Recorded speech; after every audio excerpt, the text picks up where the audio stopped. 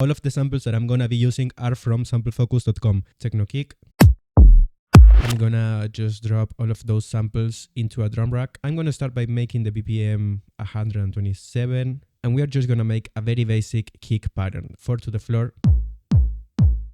Techno doesn't have to be 4 to the floor all the time. What I like to do is actually play with both. So for now, we are gonna do a 4 to the floor, save this as our kick, so we can have this channel be exclusively that, and we are gonna duplicate with Ctrl D, Command D if you are on Mac, and we can rename this, call it percussion. What I'm gonna do first is the most classic techno hi-hat, similar to a 4 to the floor, but it's going against the kick, it's off beat. Now we can play with adding more hi-hats with different velocities.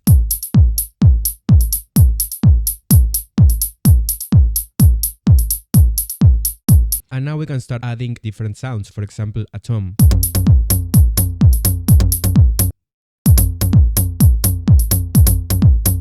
Play with the toms and the hi-hat, we want them to be friends. Once we have a very small loop, in this case a 4-bar loop, we can duplicate this, and now we can start to make some changes here, and by doing that we're making it sound more interesting. We can, for example, just take off one of the toms.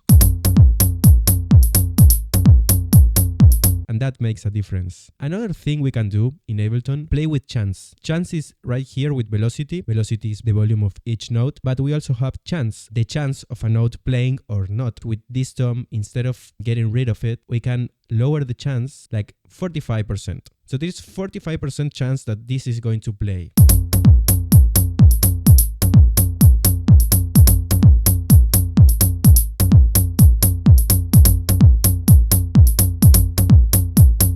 That adds this level of unpredictability, and you can apply this to a lot of things, not just this tom. Now we can duplicate the kick and go into kind of another section of the song. Another important part of electronic music in general is progression. You should be aware of the impact that adding a little detail can make. For example, if we now add the open hi-hat, that's going to be a lot more rewarding in a way.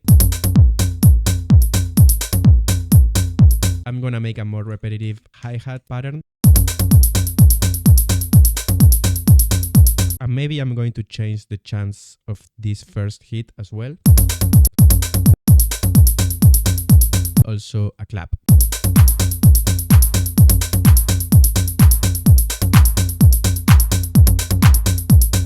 So far, so good. For me, the drums are a very big part of good techno tracks. Whatever you layer on top of it's going to have already a groove. It's going to be danceable. I'm thinking of adding a delay to this kick. And you may be thinking that doesn't make any sense,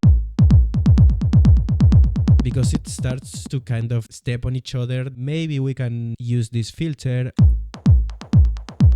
And that helps a little bit, but still they are stepping on each other. I want the delay to be present when the kick is not playing. The solution that I'm gonna show you, it's going to help you with any type of effect, not just delay on kicks. You can use this for distortion on vocals, any type of effect in a cleaner way. Select this delay and I'm gonna do Ctrl G or Command G if you're on Mac, and you can see that now it's a part of this device, which is an audio effect rack. What we care about is the last button, which is this, and here we can see the chains. Right now we only have one, but we can create as many as we want. Basically, a chain is a copy of a signal. We have this input, in this case this drum rack, with this kick sound. That's coming in, create chain, this is a duplication of this. So now we have two kicks. We can create as many as we want, and we can add as many different effects as we want. And then all of this comes out as one, all together, combined. In this case, we have one with delay and the other one without delay, which we can call dry. We can listen to both of them separately. This is the dry. As you can see, no delay, and this is delay. If I take out the solo and let them play together, it's gonna sound twice as loud as before. We can now add, for example, reverb to this delay. I'm gonna put it on solo again. Okay.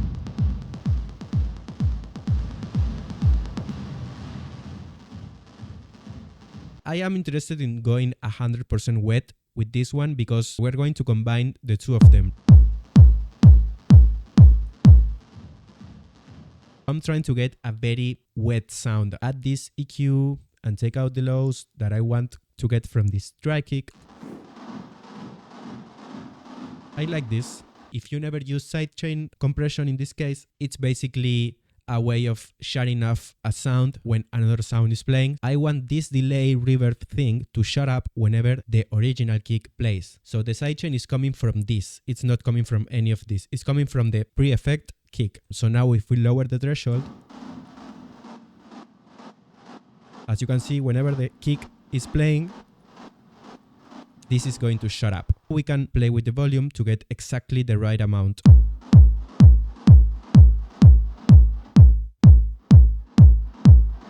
Maybe we can lower the wet here.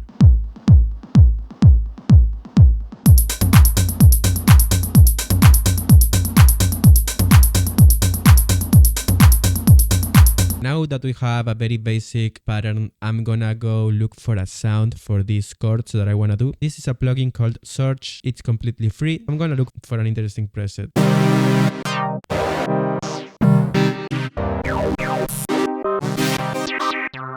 Add a chord from the MIDI effects minor triad, I guess. Yeah, so I'm gonna lower one octave here. Yeah, that sounds kinda cool.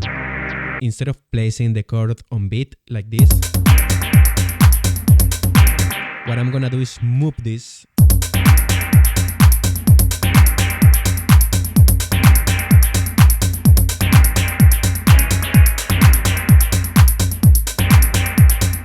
How do we map a parameter from this synth? Because as you can see, even if we want to automate some of this on Ableton, we can't by doing right click. The way in which we can move those parameters, automate them or play with them, go to configure and select the parameters that we want to modify. In my case, it's going to be a cutoff from the filter, resonance, decay from the filter, release from the amp. We have them here. And now this we can automate, or if you have a MIDI controller like me, you can go to MIDI, select the parameter and you just move one of the knobs. And now, as you can see, this knob is going to be controlling that parameter, which is super fun. And if you don't have a MIDI controller, you can just play with your mouse and it's going to be the same. You need to have this arm recording selected, and now we're going to hit the record in arrangement view. Okay.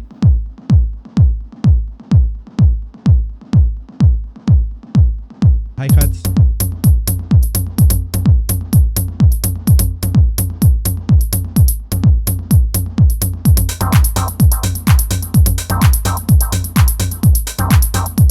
Now I'm gonna start to play with these parameters. For example, the release.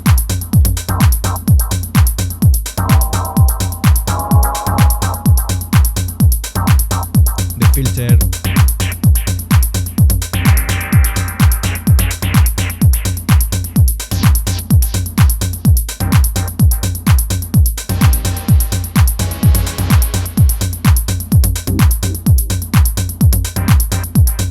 The good thing about Ableton is that we can modify anything that we want. Now I realize this sound is very shallow, so I want to add some reverb. Hybrid reverb is great for that.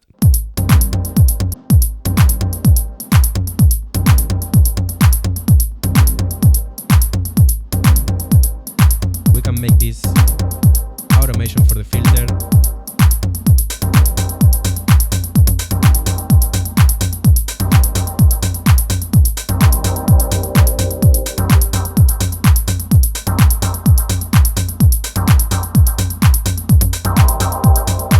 I think that for someone who is a beginner or never did a techno track before, or maybe never used Ableton before, this is helpful, I think. But if you want to see a continuation of this, maybe a more advanced techno video, let me know. Samplefocus.com. That's where I got all of the samples that I used for my drums. You get 3 credits every week to download any 3 samples that you want. And if you run out of those credits, you can get more by uploading your own samples. So that's why Sample Focus is full of amazing sounds from different producers like you and me. Let me know what you want to see on the channel, and I'll see you in the next video.